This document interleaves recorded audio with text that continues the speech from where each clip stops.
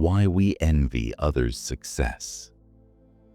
You sit in the quiet of evening scrolling through social media feeds, and suddenly, that stab, sharp, almost physical.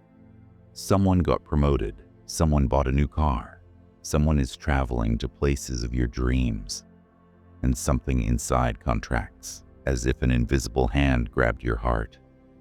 You quickly close the app, but the feeling remains. Bitter, shameful, almost burning. This is envy, and it speaks to you in a language you're not always ready to understand. We rarely admit envy to ourselves. It seems shameful, unworthy. But what if envy is not an enemy, but a messenger? What if it carries within it a message about who we really are, about our unrealized desires, about parts of our soul we've forgotten or rejected? Envy is not born in a void. It emerges where our deepest truth about ourselves lives. When we envy someone else's success, we actually encounter our own shadow, that part of the psyche that Carl Jung called the repository of everything we don't accept in ourselves. In another person's success, we recognize the reflection of our own unlived potential. Imagine your colleague receives recognition for a project you could have executed just as well. And there it is. Envy, sharp as a shard of glass. But look closer. Behind this feeling hides not malice, but longing. Longing for your own unrealization, for roads you didn't dare to walk, for words you didn't say, for dreams you buried under the weight of doubts and fears. Envy is the voice of the inner child who once believed they weren't good enough. This child looks at others' achievements and thinks, "Why not me? What's wrong with me?" And in this painful question lives a deep wound, the wound of feeling inadequate, which we've carried since childhood. Often the roots of envy reach back to our earliest years. Do you remember those times when parents praised the neighbor's child? "Look how smart they are." And you? Or when a teacher held up a classmate as an example while you sat feeling invisible, unworthy of attention. These moments settle in our psyche as comparison programs.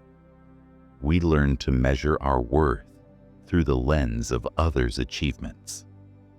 In transactional analysis, there's a concept of prohibitive injunctions, those internal commands we received in childhood.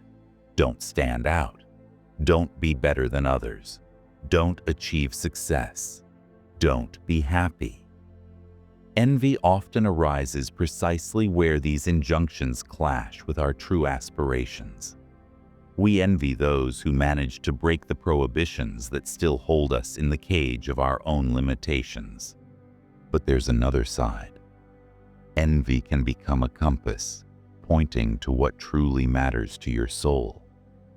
When you envy someone's creativity, perhaps it means the Creator lives in you too, but you've silenced them. When you envy someone's freedom to travel, maybe your soul longs for adventure and new horizons. Envy shows us the map of our lost desires. Remember childhood, when you dreamed of becoming an artist, musician, writer, and now you envy those who brought these dreams to life. Envy here is your soul's cry for unrealized calling. It says, "Remember, you wanted this too. You could have done it too." Social media amplifies this pain 1,000-fold. We see edited moments of others' lives and compare them to our everyday reality. Someone shows a luxurious vacation while you sit in the office. Someone shares business successes while you struggle with routine. But behind every perfect photo hides an equally complex, contradictory human story, full of ups and downs. We envy mirages, forgetting that our own life also seems ideal to someone from the outside. There's an archetypal dimension to envy, It's the voice of an ancient instinct of comparison and competition that helped our ancestors survive in the tribe. Who's stronger? Who's faster? Who's smarter? Life depended on this. But in the modern world, this instinct often works against us, turning life into an endless race, chasing ghosts of others' happiness. Stop for a moment. Remember the last time you felt envy. For what exactly? Money, fame, love, talent. Now ask yourself honestly, what of this would you want to have? Not to show others, not for status or recognition, but for yourself, for your soul. What would make you truly happy? Perhaps you'll discover that you envy not so much the external attributes of success, but a person's internal state, their confidence, their ability to take risks, their faith in themselves, their ability to live as they want, not as others expect them to. Then envy becomes a teacher. It shows what qualities you need to develop in yourself. What if we try a different approach? What if, in moments of envy, instead of pushing away this feeling, we breathe out and acknowledge, yes, I'm envious, and this tells me something important about my needs. Envy can become a door to self-knowledge if we find the courage to walk through it. Meditative traditions offer the practice of accepting envy, not fighting it, but observing it. When envy comes, you can say to it, I see you. I understand what you're trying to tell me. Thank you for showing me my hidden desires. And then envy transforms from a destructive force. It becomes creative energy. Buddhist tradition speaks of mudita, joy in others' happiness. But this doesn't mean pretending envy doesn't exist. It means going through envy to understanding that others' happiness doesn't diminish the possibility of your own. The world is big enough for all our dreams. In this transformation lies the real magic of inner work. Envy can teach us compassion, both for ourselves and others.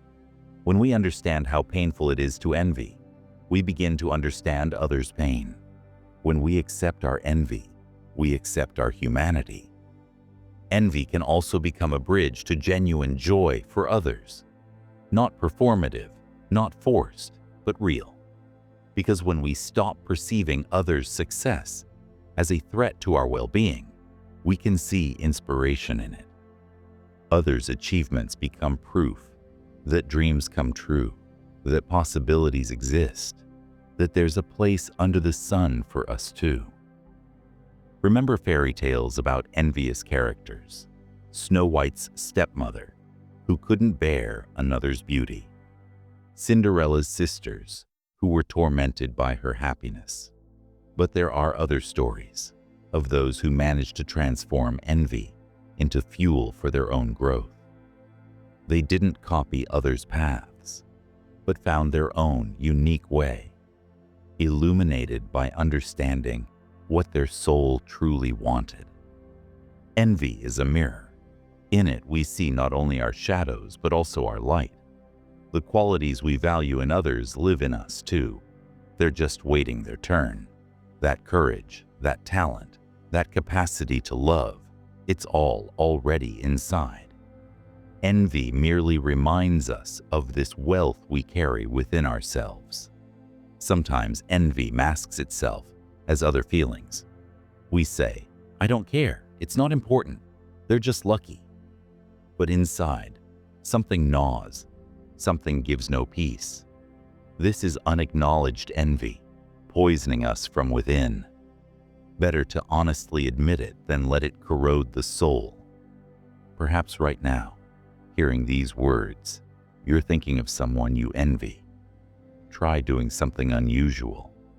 Mentally thank this person, not for being better than you, but for showing you the way, for their example, illuminating your own dreams, for becoming a catalyst for your inner search. And one more thought, quiet and important. Sometimes we envy, not because we want the same thing another has.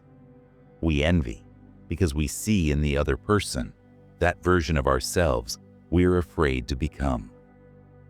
That brave, creative, free person who lives inside us, but whom we keep locked away out of fear of judgment or failure. Your envy is a message from that part of you that wants to live a full life. It knocks on the door of your consciousness and says, "I'm here. I'm ready. Give me a chance." Will you hear this voice? Will you open the door? Life is amazingly fair in its unfairness. Everyone has their own path, their own lessons, their own victories. What seems like easy success from the outside is often paid for with years of invisible labor, falls and rises. We see the result, but not the road. And in this lies another wisdom that envy can give. Understanding that behind every success stands a person's story worthy of respect. There's an ancient parable about a master who envied his student's talent. For years he suffered from this feeling until he understood. His student wasn't a rival, but a continuation of himself. Through the student, the master gained immortality. So envy transformed into pride and love. When envy next knocks at your heart, meet it not as an enemy, but as a guest. Offer it tea, listen to what it wants to say.